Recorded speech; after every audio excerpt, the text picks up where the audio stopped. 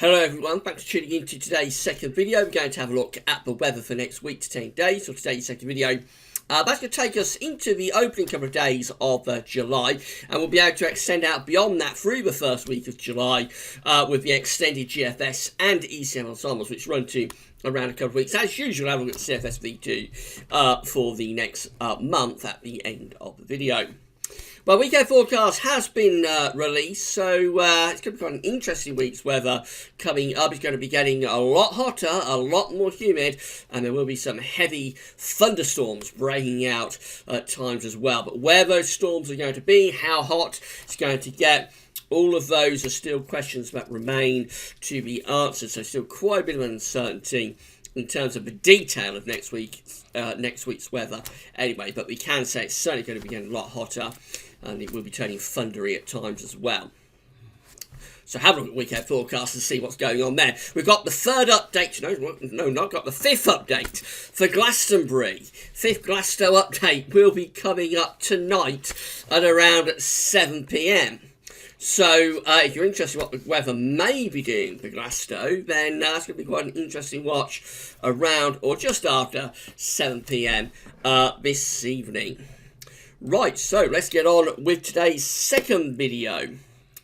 And we're going to have a look at central temperature first of all. So CT currently provisional up to the 21st of June is sitting at 13.3. It's been a cool June so far. That's still below average, nearly a degree below average. That obviously is going to be getting a big boost though over the next few days. So I suspect when we get to month's end, we will probably see that maybe slightly above average, would you believe, for 61 to 1990. I think for 81 to 2010, the more modern average will probably still be a little bit around average, maybe ever so slightly below average, set against 81 to 2010. It'll be interesting to see how high that goes in sort of the final week of the month. But certainly the first 3 weeks coming out quite substantially below average. I haven't been able to say that very often over previous months this year.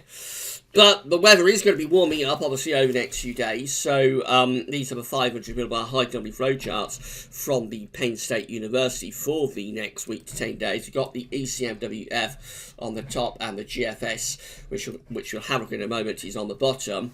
500 millibars, 80,000 feet is an area in the atmosphere. High pressure and low pressure are being moved around by the jet stream running above. Red extrapolates high pressure, blue to low pressure. The ECMWF, even in a 7 to 10 day time frame, has a big ridge of high pressure dominating the weather. Actually, the jet stream is being pushed northwards like that.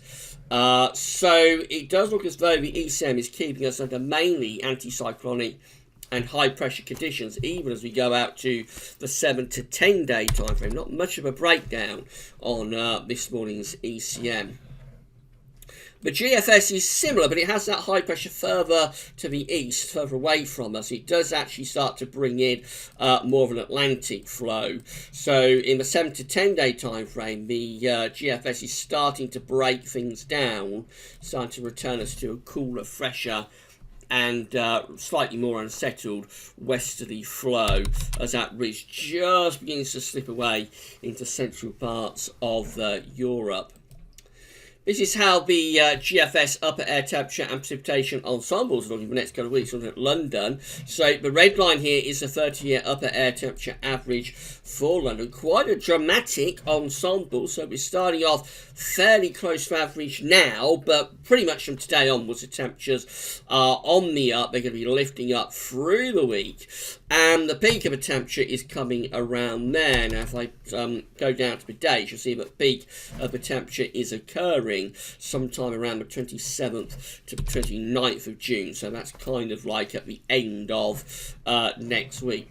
After that, quite a dramatic plunge in the temperature back to average within sort of 2 or 3 days. So quite a rapid cool down from this peak. But it's getting us to 20 Celsius at 850 HPA. And if there's enough sunshine and it's dry, that will be enough to lift the temperature in the southeast probably to mid 30s Celsius. But it does depend how much sunshine there's going to be with that, and whether there's thunderstorms around, because rain will cool the air. Rain has a cooling effect on the air in the summer.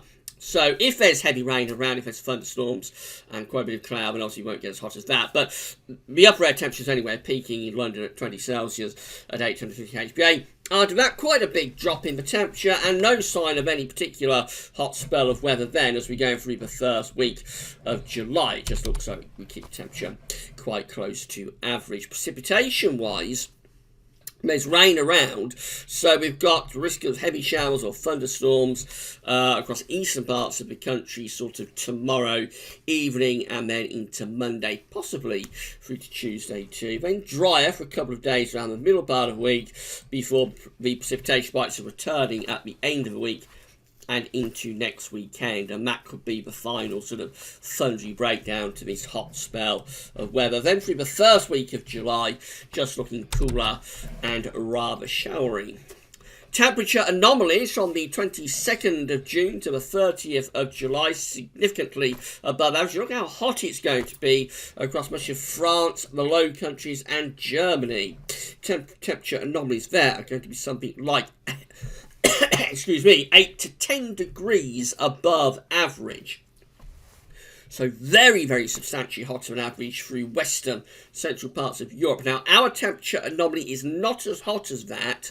So our temperature anomaly is kind of like sort of 4 to 6 degrees above average down across England and Wales. Anyway, not as hot as that, Scotland and Northern Ireland. It's still substantially above average, but it looks like the core of the heat, the severest of the heat, if you like, is going to be from France through the Low Countries and into Germany. But we are very, very close to it, so again we need to keep an eye on it. And this probably does take into account, or it does take into account, the cooler day that we've got today. So it's a bit cooler and fresher today, even though temperatures kind of like low 20s. It's a very pleasant day, but obviously when we get today and probably tomorrow out of the way, these may get a bit hotter actually, these temperature anomaly charts, we shall see. Precipitation anomalies are looking like that, rather wetter than average in many parts of the country. This is going to be primarily down to thunderstorms as well, I would have thought. Just parts of East Anglia, South East England over here sticking out as being slightly drier than average, but really the majority of the country looking quite wet in weekends. So it's an unusual combination this week of being pretty hot, or even very hot, but also potentially quite wet with a fair amount of thunder around. Very interesting week coming up for weather watchers. That's how Tuesday's looking then, indicative of the week ahead. So we're bringing in these very warm, humid winds from the east, but we've got troughs of low pressure indicated by the elongations in the isobars here. Got troughs of low pressure that will be bringing an increasing risk of heavy showers or thunderstorms. That's how Wednesday looks. So high pressure's out to the northwest. We're bringing these hot east winds. Although the wind is east, the air is coming south of east. So the air is doing something.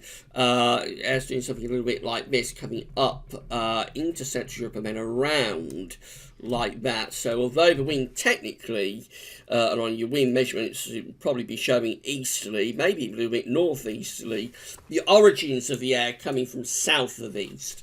So that's what's pushing up the hot air out of Mediterranean and North Africa too. Could be some thunderstorms around again on Wednesday and into Thursday as well. Look how hot the upper air temperatures are. Look how hot the upper air temperatures are across France and into the Low Countries in Germany. Got plus 25 Celsius isotherm through there. So that's probably going to get temperatures into the 40s Celsius, I would have thought, across parts of France through the middle of next week. That's going well over 100 Fahrenheit. Over into the UK, well, back to the UK. Well, we have got the 20 Celsius isotherm there through the southeast. That's probably, if there's enough sunshine, probably enough to lift the temperature into the mid-30s Celsius. But the rest of the country looking very warm or hot. That's Friday. Again, there's a risk of thunderstorms around on Friday with these hot upper air temperatures. The core of the heat then may just begin to slip a little bit further away from us. So 20 Celsius isotherm is more restricted to this extreme southeastern corner, but it's still looking very hot really for much of England and Wales on Friday. It's just beginning to turn a little bit cooler for Scotland and Northern Ireland. And then into next weekend, things turn very, very unstable. This is kind of like the final breakdown of the hot spell. We get an area of low pressure developing down to our southwest, and that will be enough to bring probably heavy rain and also thunderstorms. So it could be torrential rain in places, but also the risk of thunderstorms as the air masses kind of like clash with one another. So again, we've got these really hot temperatures sitting just to our east. It is becoming cooler out to west. There's a clash of air masses going on there. And you could envisage the risk of some very, very severe thunderstorms in that kind of situation through next weekend. Eventually, this trough of low pressure moves through, gets rid of the hot air, that gets pushed away to our east. We go much cooler and fresher, much more comfortable by the time we get through to the first day of July. And then after that, we're into a very different air mass through the first week of July. It's all Atlantic based. Low pressure starts to move in from the Atlantic, so we go back to much cooler but also much more unsettled conditions with just frontal rain and then showers in between, and temperatures obviously taking a real tumble as the air is coming in from the North Atlantic as opposed to North Africa. This is how the GEM is looking. So again, looks rather hot and humid and unstable and thundery on Tuesday. Wednesday again, another hot day, probably even hotter on Thursday. I think the peak of the heat is going to be Thursday or Friday.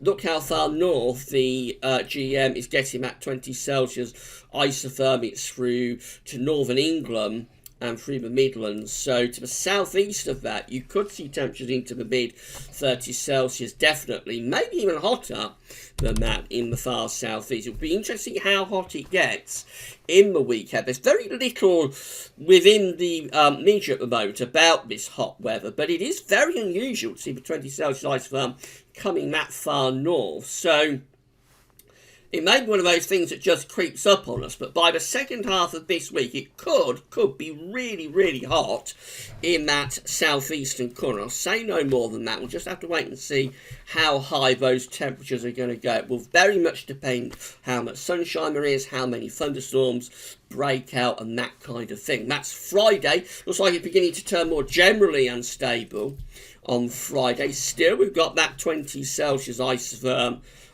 through this southeastern corner anyway, so still potentially very, very hot in the southeast on Friday. But by Saturday, a big breakdown has taken place. We've pushed away all of the heat. Winds are turning into the west. Probably a thundery breakdown has initiated this push of westerlies, and that looks much more unsettled then as we go into the final weekend of June. We're doing so on a cool and showery note. So that's ending the heat wave just a little bit earlier compared to the GFS, I think. That's how we look as we get up towards day 10. Everything's coming in from the west, so it's a much cooler, much more comfortable, if you like, but certainly much cooler situation with showers in the north. Probably a reasonable amount of dry weather down in the south. This is the ECM. Now, we know this one is hanging on to high pressure longer because we saw it on the height anomaly flowchart. So let's see what this is doing. We're starting off on the 25th of June, so that's Tuesday. Again, looking quite hot, quite unstable, potentially humid. As we go through the week, we look like that. So less of a thunderstorm risk with the ECM. It's kind of like singeing in this area of high pressure a little bit closer to us, ridging that down from the north. Any storms probably restricted to the very, very far south and southwest with the ECM. So ECM is a drier solution through the middle part of the coming week. Not as hot for the north, still looking hot in the south, although it's only getting the 20 Celsius isotherm into the channel on Thursday. So it is restricting the core of the heat a little bit on Thursday, but there will be more sunshine, so it swings around abouts, really. And I suspect for much of England and Wales anyway, it will be a very hot day. That's Friday. Again, greatly reduced, much reduced thunderstorm risk with the ECM. Has that high pressure almost centred over the top of the country. So any storms would be restricted to the extreme southwest and through the channel again. Otherwise, it's just dry and probably very sunny with that, actually. And it is really hot by this point as well. Has a 20 Celsius isotherm up across England and Wales. The 25 Celsius ice firm is there. It's coming out of northern France in towards the Channel. Now, although the thunderstorm risk is reduced, it takes longer to get there. I suspect this is probably the hottest chart of all, actually, because the reason I say that is because, again, the 25 Celsius ice firm into the Channel on Friday, and it's also greatly reducing the thunderstorm risk, I would have thought, as air pressure is higher, which means there will be a lot more in way of sunshine. So potentially, I just say potentially, the ECM is kind of like getting the far south-southeast with that upper air temperature, and the synoptic pattern is kind of like getting close to record-breaking heat, I would have thought. But we know the other two models are much more unsettled, much more thundery than this is showing. So again, there's a lot of questions, a lot of uncertainty about this coming week. That Saturday, we're still basically under high pressure, although we may start to see thunderstorms becoming a little bit more widespread by then. But overall, it looks like we're still more or less under high pressure and still looking very hot. Look at how far north the 20 Celsius isotherm is getting there. The 20 Celsius isotherm is getting up to northern England, which is very unusual indeed.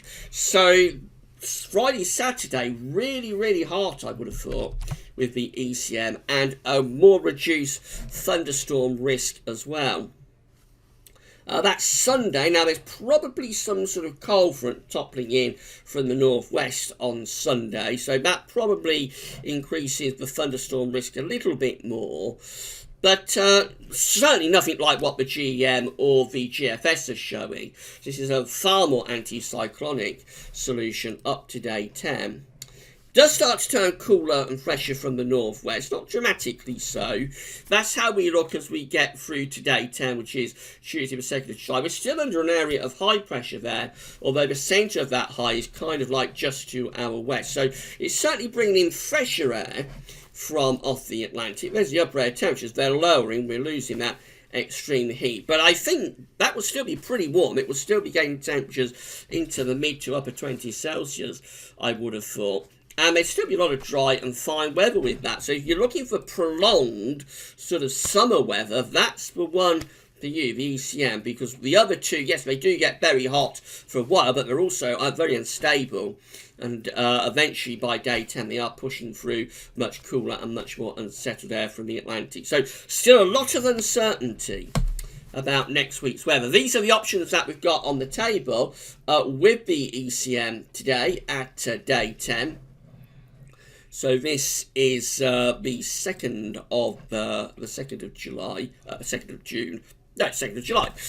We find that we've got 20 members of the ECM ensembles, including the operational run, which is run which you're looking at, that has above average height still close to us, so still keeping a lot of dry weather going, albeit it's a little bit cool, a little bit fresher, but we're still basically under high pressure, sort of dry weather with those. Then there's 19 that have the high pressure a little bit centred out to west of us. Probably still a reasonable amount of dry weather with those, but it would be cooler, would be bringing the air in more from the northwest. And then there's 12 with high pressure, again quite close to us, just west of Ireland, again probably bringing in northwest is cooler, fresher, but still a lot of dry weather on offer with those. And when we get through to 2 weeks away, the option that we have is this one, which is 51 out of 51 members of the ECM ensembles with high pressure then in the mid-Atlantic heading up towards Greenland. There will probably be a trough through here with the jet stream. So 2 weeks time, 7th of July, then it's going quite a bit cooler and quite a bit more unsettled too. Finally, this is how the CFS V2 is looking. These are 500 millibar heights broken down into week periods. The first week period taking us from the 22nd to 28th of June. The coming week with above average heights to the north and to the east, plus below average heights down to our southwest. Hot southerly to southeast winds, but also very unstable with the risk of heavy showers or thunderstorms in places. This is week 2. Big changes. 29th of June to the 5th of July with below average heights, low pressure through the country, above average heights pulling out into the middle of the North Atlantic and also going down towards the Black Sea. Obviously that's going to be much cooler and much more unsettled on the cool side of the jet stream there and we're under that trough of low pressure, so that's a very unsettled and a much cooler start to July. And week 3 is also looking quite unsettled too. This is the 6th to the 12th of July. Still hints at having low pressure close to the country, still hinting at the jet stream kind of like being on a more southerly track. So showers or longer spells of rain and cool temperatures as well for week 3. Week 4 though does show a change. This is the 13th to the 19th of July. Above average heights returning to our east. That would turn the wind into the east and it will become much warmer again, and it will start to settle down too. So there's a lot to keep an eye on over the next few days. Primarily the situation next week. So how widespread will those thunderstorms become?